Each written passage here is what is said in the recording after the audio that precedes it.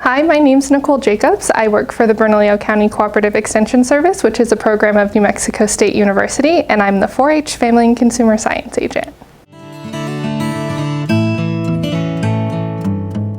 Today we're going to be making a recipe for flour tortillas out of the New Mexico Flavor 4-H project book. Let's get started.